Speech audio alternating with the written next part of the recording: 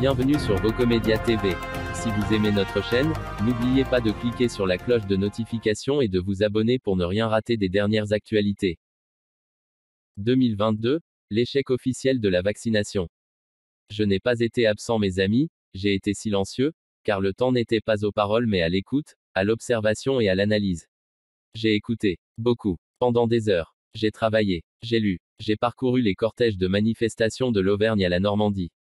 Quand le monde se met à hurler, quand la raison laisse la place à la folie collective, lorsque les emportements deviennent la norme, il n'est pas dans ma nature d'aboyer avec la meute aussi rassurant soit-il.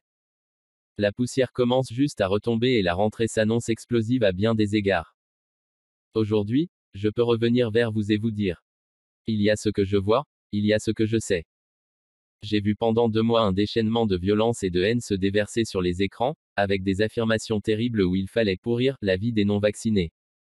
J'ai vu arriver le pass sanitaire et sa cohorte de mesures et de conséquences liberticides comme jamais. J'ai vu les principes constitutionnels les plus sacrés de notre pays balayés en quelques semaines de propagande. J'ai vu la science s'effacer. J'ai vu l'hystérie devenir la norme. J'ai vu les contre-pouvoirs prévus refuser de faire leur office. J'ai vu, partout, abdication, lâcheté, et compromission. J'ai vu des gens aller se faire vacciner contre leur gré, forcés par des mesures qui les empêchent de mener une vie normale. J'ai vu tant de mensonges depuis le début de cette épidémie, tellement de mensonges et de contradictions de la part de ceux qui nous dirigent, des masques qu'il ne fallait surtout pas porter, au virus qui n'arriverait pas chez nous, au pays qui était préparé à tout, sans oublier qu'il fallait applaudir nos soignants qui n'avaient rien, ni masque, ni gants, ni blouse mais des sacs poubelles et qui montaient au front sans protection et évidemment sans vaccination. Et puis j'ai vu qu'il fallait les virer 1 an après s'ils ne prenaient pas leur dose imposée parce qu'ils pouvaient contaminer leurs patients. Applaudi hier, puni aujourd'hui. J'ai vu tout cela et tant d'autres choses qu'il serait trop long de vous énumérer tous mes écœurements qui sont, sans doute, aussi les vôtres. Enfin, j'ai vu des braves gens mangeant une glace ou buvant un café se faire contrôler, surveiller, vérifier. Il ne fait pas bon tomber en panne de batterie dans un restaurant par les temps qui sont les nôtres. Il y a tout ce que j'ai vu et que je vois encore, et puis il y a ce que je sais. Je sais que malgré un niveau de propagande jamais atteint dans notre pays par les médias, un niveau de mensonge jamais atteint y compris par les médecins de plateau qui nous prennent pour des abrutis finis, ce que nous sommes devenus tant nos concitoyens sont nombreux à avoir débranché leur cerveau, la soif de liberté reste intrinsèque à l'homme. Je sais aussi que la réalité est toujours froide.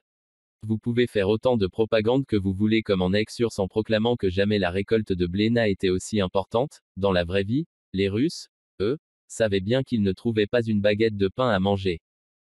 Je sais que notre pays et ses élites bien petites vont se prendre de plein fouet le mur de la réalité et c'est ce que je vais essayer de vous démontrer. Je sais aussi qu'ils habilleront leurs échecs et leurs manquements avec encore plus de mensonges et de propagande. Je sais aussi que la presse et les médias mouillés collectivement de même que l'ensemble de la classe politique dans cette grande manipulation feront tout pour cacher les erreurs et les amoindrir dans un réflexe de caste et de protection du système qui les nourrit.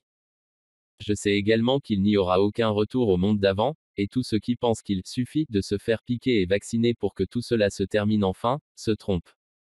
Il n'y aura pas de retour au monde d'avant, parce que ma conviction qui repose sur des faits que je partage avec vous dans ces quelques pages, m'incline à penser que la vaccination est un échec relatif dans le sens où elle ne mettra pas fin du tout à l'épidémie, qu'elle ne fonctionne pas vraiment aujourd'hui, et ne marchera pas mieux demain.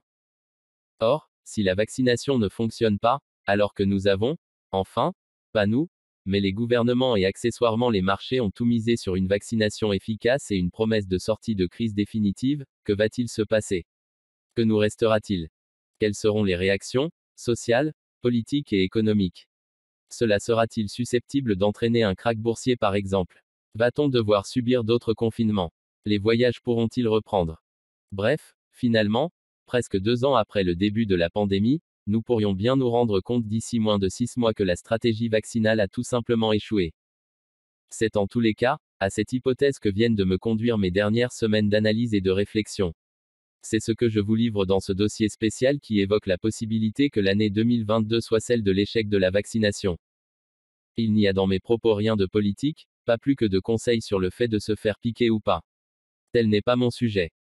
Si la vaccination est un échec ce que je crois, alors cela aura de très grandes répercussions sur le fonctionnement à venir de nos sociétés et bien évidemment sur l'économie. Restez informés en profitant des dernières actualités en format audio, à écouter sans modération chez vous, au bureau ou dans votre voiture. N'hésitez pas à partager cette vidéo avec vos proches ou à laisser des commentaires. Vos Comédia TV vous remercie et vous dit à très bientôt.